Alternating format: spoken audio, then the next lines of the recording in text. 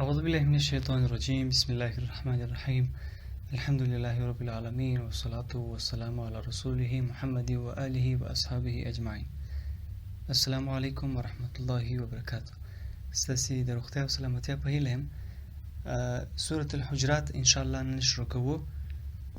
سورة الحجرات 49م سورت دی. د هغه عثماني ترتیب له مخې په قرآن کریم کې 13 آیاتونه لري. دا سورت مدني سورت دی، د هجرت څخه وروسته نازل شوی دی. د ابن عباس رضی الله تعالی عنه د روایت له مخې چې 14 آیات کوم چې الله پاک په هغه کې فرمایي یا ایها الناس انا خلقناکم من ذکر و انثى، دا ستر پای پر دغه آیات 14 آیات د مکی آیاتونو څخه دی او نور پاتې سورت مدني سورت دی، یعنی د هجرت څخه مخکې نازل شوی دی. حجرات خپل دغه موږ چې په پښتو کې هم دغه اصطلاحا دا شی استعمالوو. حجره یو کوټې ته ویل کېږي، یو خونې ته ویل کېږي. عموم کې دغه په مساجدو کې د طالبانو دپاره یا د دغه طالب العلمو دپاره چې کوم هغه خونې جوړې شوي دغو ته حجرې وایي. په اصطلاح وایي دی د حجرې طالب دی یا د حجرې هغه زده کوونکی دی. نو سورة الحجرات هغه وجه تسمیه هم په همدې سبب ده چې حجره هغه خونې ته ویل کېږي او د الله د رسول هغه کومې خونې کوم چې امهات المؤمنین پکښې اوسېدله، د هغوی ته د داخلېدلو د حرمت په اړه باندې ځینې آداب او ځینې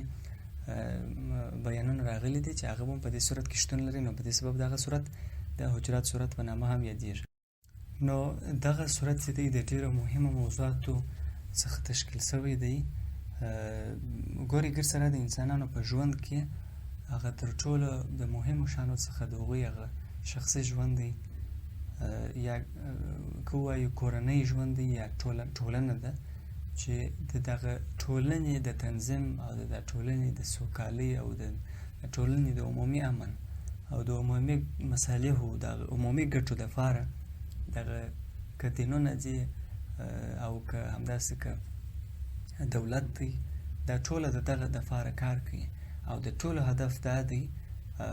چې د دغه لپاره هغه اصلي طریقه او هغه اصلي جوړښت رامنځته کړي تر څو دغه عمومي مصالح، عمومي ګټې او د انسانانو هغه کورنۍ ژوند په اصطلاح وایي د دوی د داخلي خوشحالي او داخلي هغه سوکالي رامنځته شي. انسانان هم چې تعلیم کوي، د کوښښونه کوي، وظیفې کوي، کارونه کوي، هغه ټوله د همدې کورنۍ نظام دپاره کوي تر څو دغه کورنۍ نظام کوم چې د ډېرو مهمو هغه برخو څخه دی د انسان د ژوند، یعنې دغه ټوله هغه فوکس یې پر دې دی تر څو د دوی کورنۍ ژوند جوړ شي. نو په همدې سبب هم په اسلامي شریعت کې د کورنۍ نظام، فامیلي سیسټم او د ټولنې د عمومي مصالحو د ساتنې دپاره د اخلاقو او مکارمو د دغه ټولو شیانو د ساتنې دپاره الله پاک په مختلفو صورتونو کې او داسې ښه په ډېره اندازه سره دا راوړل شوي دي. لکه څرنګه چې موږ په سورة النور کې وویل، همداسې په سورة الاحزاب کې د فامیلي نظام په اړه باندې بیانونه ویل شوي وو. همداسې په سورة الحجرات کې هم په لومړي سر کې د الله جل جلاله د اطاعت واجبوالي او د لازموالي چې الله عز وجل اطاعت واجب او لازم دی د هغه بیان شوی دی. د هغه څخه وروسته الله جل جلاله د رسول د اقوالو هغه بیان شوی دی چې د الله د رسول اقوال باید د هغه څخه د مخې، یعنې د هغه څخه د مخه باید هېڅ کوم بیانونه ونه کوي، یعنې هر څه باید د هغه څخه وروسته د الله د رسول د اقوالو څخه باید وروسته وړاندوینه، وړاندوالی او محتوالی د الله د رسول د اقوالو څخه باید مخکې نه وي. دا زه هغه مخکې محتواوې درته وایم چې دغه موضوعات مې انشاءالله په دې صورت کې ووایم. په سې قدم کې د الله د رسول صلی الله علیه وسلم د هغه شخصیت د لوړوالي او د اوچتوالي په اړه باندې متمیزوالي او هغه په اصطلاح وایي لوړوالي په اړه باندې بیان شوی دی. همداسې د تمسخر یا د مسخرو نه کولو یا د یو بل ته د سپکاوي نه کولو په اړه باندې الله پاک بیانونه کړي دي. بیا د بدګمانۍ په اړه باندې د بدګمانۍ څخه د ډډې کولو په اړه باندې الله پاک صریح آیاتونه نازل کړي دي او د سورة الحجرات کې شته. ګورې د بدګماني کول په اسلامي شریعت کې د ډېرو لویو ګناهو او ډېرو سختو خبرو څخه ده. چون په هغه زمانه کې د جهالت په دوره کې دغه د بدګمانۍ خبره یو څه ډېره وه. په یو ښځې، یو پاک نجلۍ او یو پاک نارینه یا ښځې باندې ډېر بد ګمانونه کېدلی. د دې د مخه چې به د خبر تحقیق وسو سوی وای، د هغه د مخه به بدګمانونه وو، همداسې په اصلاح وایي نورې لکیانې به پسې تړل سوي وې، غټې غټې کیسې. لکه اوس چې زموږ دغه خصوصا زموږ په ټولنه کې دغه شی اوس ډېر سوی دی، چې دلته اسلامي شریعت څخه خلک لرې سوي دي. دوی خو هغه په اصلاح وایي په ماډرن تعلیم و نوې نړۍ په هغه عصري تعلیمونو باندې امید و، هغه فکر یې ډېر پر هغه دی چې ولا هغه به موږ ته ډېر ګټه ورسوي او زموږ فامیلي ژوند او کورنۍ ژوند به موږ د هغه په اساس باندې ډېر ښه مخته یوسو. ولې دا بیخي ناممکنه خبره ده چې په هغو علومو سره دوی د خپل کورنۍ ژوند مخته یوسي، یا اگر سره د هغوی د دغه غرب د ټولنیز نظام په تقلید او د هغوی په پیشو او په اصلاح وایي د هغوی په کاپي سره چې هغوی یې بیا اقتدا سي، په هغه سره یې نسي مخته وړلی. چونچې ښه دلته موضوع هغې خوا ته ډېر فوکس نه پر کوو، مخته به نه ځو پکښې کې، خو د ځان او بدګمانۍ په اړه باندې هم په مختلفو صورتو کې بیان سوی دی، چې یو د هغو څخه سورة الحجرات دی. پسې الله پاک د لوړوالي او د اوچتوالي او د انسانانو کې د برترۍ یو ډېر لوی لامل راوړی دی چې هغه تقوا ده، او دا یې یوازینی لامل بللی دی. د انسانانو ترمنځ لوړوالی په امکاناتو او په مالي منابعو سرچینو باندې نس کېدی. ولې هغه په پښتو کې متل دی، په اصلاح وایي دا پیسې او دا شی چې دی دا سلواغه ده، یو وخت لوړېږي بل وخت کمیږي، د هېچا د برقراره نه وي.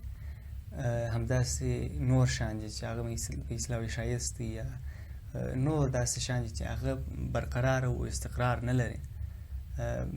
دا حتی زه پخپله په هغه په اصلاح بشري ټولنه کې درته وایم چې د دوی لوړوالی په دې سره نه کېږي، ولې حتی الله ته هم د دوی لوړوالی په دغو شیانو سره نه دی، بلکې یوازې او یوازې د برتري او د لوړوالي غټ لامل په سورة الحجرات کې الله پاک تقوا، پرهیزګاري او اخلاق او دغه ښه والی راوړي دي، او هغه نور یې ټول هغسې غیر مستقر یا هغه چې استقرار نه لري، پایښت نه لري، هغه یې بللي دي. بل بیان یې الله پاک کړی دی چې د مسلمانانو د اخوت او د ورورولۍ ده. په ټوله نړۍ کې د یو حقیقي مسلمان مؤمن لپاره چې د ټولو غلطو افکارو څخه خلاصي او د دغه ټولو غربي افواهاتو په اصلاح وایي دا چې دوی ورته وایي سکپټیسزم ورته وایي که شکپالنه ورته وایي، د دغه شکپالنې د دغه ټولو افکارو چې هغه په اصلاح وایي که انسانګرایي ده، دا هیومنزم چې ورته وایي، یا انسانستان چې ورته وایي، دا ځینې ځوانان یې اوس په پخلو کې ډېر مخته دی، یا نور ټوله نور هغه کوچني کوچني یا لوی لوی افکار دي. د دغو څخه خلاص سي یو څوک، نو هغه ته به په دې دنیا کې یوازې دوې کټګورۍ معلومې سي، چې هغه یو اسلام دی او بل کفر دی، چې صریح الله عز وجل کفار د مسلمانانو دشمنان بللي دي. الله پاک په مختلفو آیاتونو کې مختلف ځایونه یاد کړي دي چې دوی به ستاسې دوستان نسي، حتی تتبع ملتهم، د دوی ملت و، د دوی هغه په اصلاح وایي دین و، د دوی افکار چې مطابقت یې ونه کړي تر هغه وخته پورې دوی ستاسې دوستان کېدی نسي. نو د یو مسلمان په فکر چې هغه خالص فکر ولري، د دغو بې ځایه غربي افکارو څخه متاثره سوی نه وي، نو هغه ته په نیست باندې په دې دنیا کې یوازې دوې کټګورۍ دي چې هغه یو مسلمانان دي او بل کفار دي. مسلمانانو اخوت که چیرې دننه یې په هیواد کې دننه په کور کې دننه په ټولنه کې، او که یا د باندې د څخه ډېر لري، دا اخوت د دوی ثابت دی،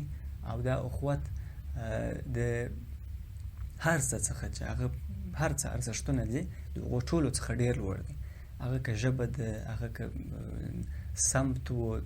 ځای دی، او هغه که هیواد دی، د ټولو شیانو څخه د اخوت ډېر لوړ دی. بله خبره د غیبت نه کولو په اړه یې بیان کړی دی الله پاک، او دا یو ډېر سخت ستایلی دی چې دا ډېر غلط شی دی، او الله پاک د هغه دپاره عذاب هم ذکر کړی دی. همداسې د ایمان لپاره یې د زړه د تصدیق ضرورت هم بیان کړی دی چې څوک مؤمن هغه باید یوازې په خوله باندې ایمان ونه لري، بلکې د زړه تصدیق هم ولري، چې د هر یو هغه سبب نزول هم انشاءالله په تدریج سره وایو. دغه ټوله بیانونه چې ما ذکر کړل په دغه 18 آیاتونو کې الله پاک د لسو څخه زیات احکام، د لسو څخه زیات تأدیبونه و، د ادب و، د اخلاق و، د مکارم و، د ټولنې د عمومي مصالحو و ګټو د ساتنې دپاره ډېر جید احکام راوړي دي. یعنې که یو څوک د دغه په ترجمه او تفسیر پوه سي او بیا سورة الحجرات ته کښېني او یو وارې د سره څه تر پایه پورې تلاوت کړي، نو په رښتیا سره به د الله دغه کلام ته حیران سي چې په دغونه لږ آیاتونه کې څومره لوی او د لوړ شان او د عزت خاوند احکام و، تادیبونه و، ادبونه راوړي دي. نو راځو مخته د سورة الحجرات ترجمه او تفسیر شروع کوو. الله پاک فرمایي: یا ایها الذین آمنوا لا تقدموا بین یدی الله ورسوله. یا ایها الذین آمنوا، ای کسانو چې تاسې ایمان راوړی دی، لا تقدموا، تاسې وړاندې مه راوړئ، مه مخته کوئ، مه مقدم کوئ یا مه وایست خپلې مفکورې بینه په منځ کې یدی الله ورسوله، د الله د امر او د الله د رسول د اوامرو. نو دلته عمومي یوازې هغه افکار و دا شان نه دي یاد سوي، ولې په ټولو افعالو په ټولو شانو کې به مخکېوالی نه کوئ. یعنې کله چې موضوع وپوښتل سي د هغه څخه د مجلس کې به د الله د رسول څخه مخکېوالی نه کوئ، د هغه جواب ته به منتظر پاتې کېږي. کله چې خواړه کښېښول سي د الله د رسول څخه د مخه یې باید تاسې شروع نه کړئ، د همداسې په لاره کې باید تاسې د هغه د مخه نه ځئ. همداسې ابن عباس رضی الله عنه په دې اړه داسې فرمایي چې وایي د خبرو کولو په وخت کې باید تاسې د هغه د مخه ونه غږېږئ یا په اصطلاح وایي هغه پرېږدئ، اول باید د هغه بیان وکړي، د هغه څخه وروسته باید تاسې وغږېږئ. همداسې یو ضحاک هم داسې فرمایي چې د خپلو دیني چارو په هکله باندې نبي صلی الله علیه وسلم د حکم پرته فیصلې و دا شیان مه کوئ. او بیضاوي هم په دې داسې فرمایي چې وایي د الله د رسول د حکم د مخه څخه تاسې باید حکم ونه کړئ، د الله رسول و حکم ته باید تاسې انتظار سئ او د هغه د تعظیم لپاره باید تاسې د هغه څخه وروسته خبرې وکړئ. واتقوا الله ان الله سمیع علیم، واتقوا وبېرېږئ د الله څخه، ان الله په تحقیق سره الله چې دی سمیع اورېدونکی دی، علیم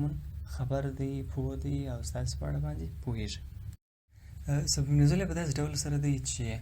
د بن تمیم په نامه د قبیله کوم چې ډېره مشهوره ده، د قبیلې هغه ټولګۍ و یو ډله یې راغله د الله رسول ته، او بیا کله چې دوی کښېناسته ابوبکر صدیق رضی الله تعالی عنه وفرمایل چې پر دې باندې د کعب بن معبد مشر سي، د دوی هغه امیر سي، نو ښه به وي. عمر رضی الله بیا ویل چې یا اقرا بن حابس رضی الله تعالی عنه چې پر دوی باندې مشر سي نو ښه دی. خو بیا چې کله د دوی اوازونه لوړ سول نو بیا د الله رسول باندې دغه آیات نازل سو چې یا ایها الذین آمنوا لا تقدموا بین یدی الله ورسوله، یا کسانو چې تاسې ایمان راوړي دي د الله د رسول د افکارو د الله د رسول د مفکورې څخه د مخه تاسې باید خپل هر څه صادر نه کړئ. واتقوا الله ان الله سمیع علیم، وبېرېږئ د الله څخه په رښتیا سره الله چې دی سمیع علیم اورېدونکی دی او پوهېږي. یا ایها الذین آمنوا لا ترفعوا اصواتکم فوق صوت النبی، یا ایها الذین آمنوا، یا کسانو چې تاسې ایمان راوړي، ګورئ بله خبره ده، بل ادب دی. لا ترفعوا مه پورته کوئ اصواتکم ستاسې اوازونه فوق سربیره صوت النبی، د الله د رسول د اواز، خپل اوازونه مو د الله د رسول د اوازونو څخه لوړ اواز مه کوئ. ولا تجهروا له بالقول كجهر بعضكم لبعض، ولا تجهروا او مه په زوره کوئ له د لره، یعنې د ده سره چې خبرې کوئ تاسې په لوړ اواز مور سره غږېږئ، بالقول په خبرو سره، کجهر لکه په لوړوالي سره د اواز، بعضکم د ځینو لبعض و بعضو ته، لکه څنګه چې تاسې په عام ډول سره خبرې کوئ، یا خصوصا دغه عربو دغه صحرایي کسان چې کوم راتلله هغوی چې تاسې په خپل منځ کې څومره اواز په لوړ غږ سره خبرې کوئ، هغه ډول سره د الله د رسول سره په لوړ اواز خبرې مه کوئ. لا تجهروا له بالقول كجهر بعضکم لبعض، په خپل منځ کې چې څنګه بعض خبرې سره کوئ ځینې و ځینو ته، نو هغه رقم تاسې په هغه سره جهروالی او لوړوالی مه کوئ. ان تحبط، نو خراب به سي یا به ضایع سي اعمالکم ستاسې اعمال، وانتم لا تشعرون، او تاسې به په خبر لا نه یاست. خو دلته دغه د لوړ اواز په د لوړ اواز باندې خبرې کول هم د سپکاوي له سببه څخه الله عز وجل حرام کړي دي، چې داسې نه وي د الله عز وجل هغه د الله د رسول صلی الله علیه وسلم هغه استخفاف و کښتوالی یا سپکاوی ونسي په دې سره. د ابن کثیر روایت هم داسې دی چې وایي ثابت بن قیس رضی الله تعالی عنه چې لوړ اواز یې درلودی، د طبیعي ډول سره اواز داسې ډېر لوړ و. بیا چې کله د آیات نازل سو نو د داسې ویل چې وایي زه دوژخي سولم او عملونه مې هم تباه سوله، بیا په کور کې کښېناستی، یو څه وخت بیا رسول الله صلی الله علیه وسلم ته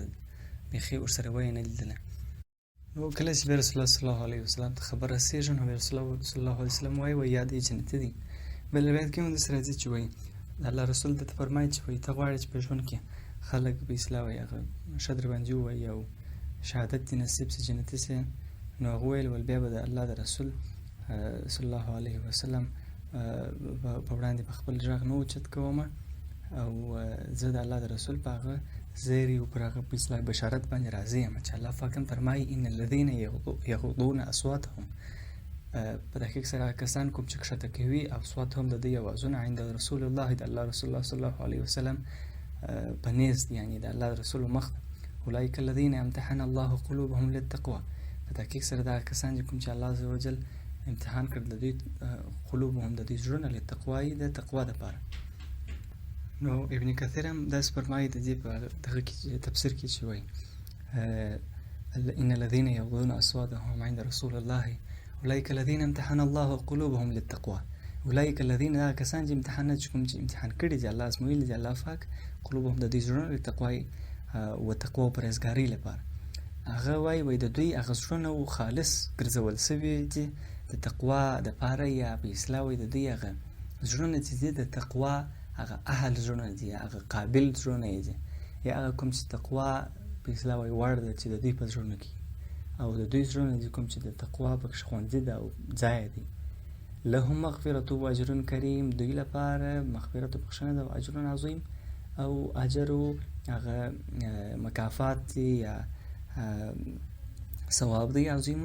ډیر لوی. نو وروسته به آیتونه به انشاءالله په بله ورځ وایي د خیر سره. الله دې موږ ته د عمل توفیق راکړي.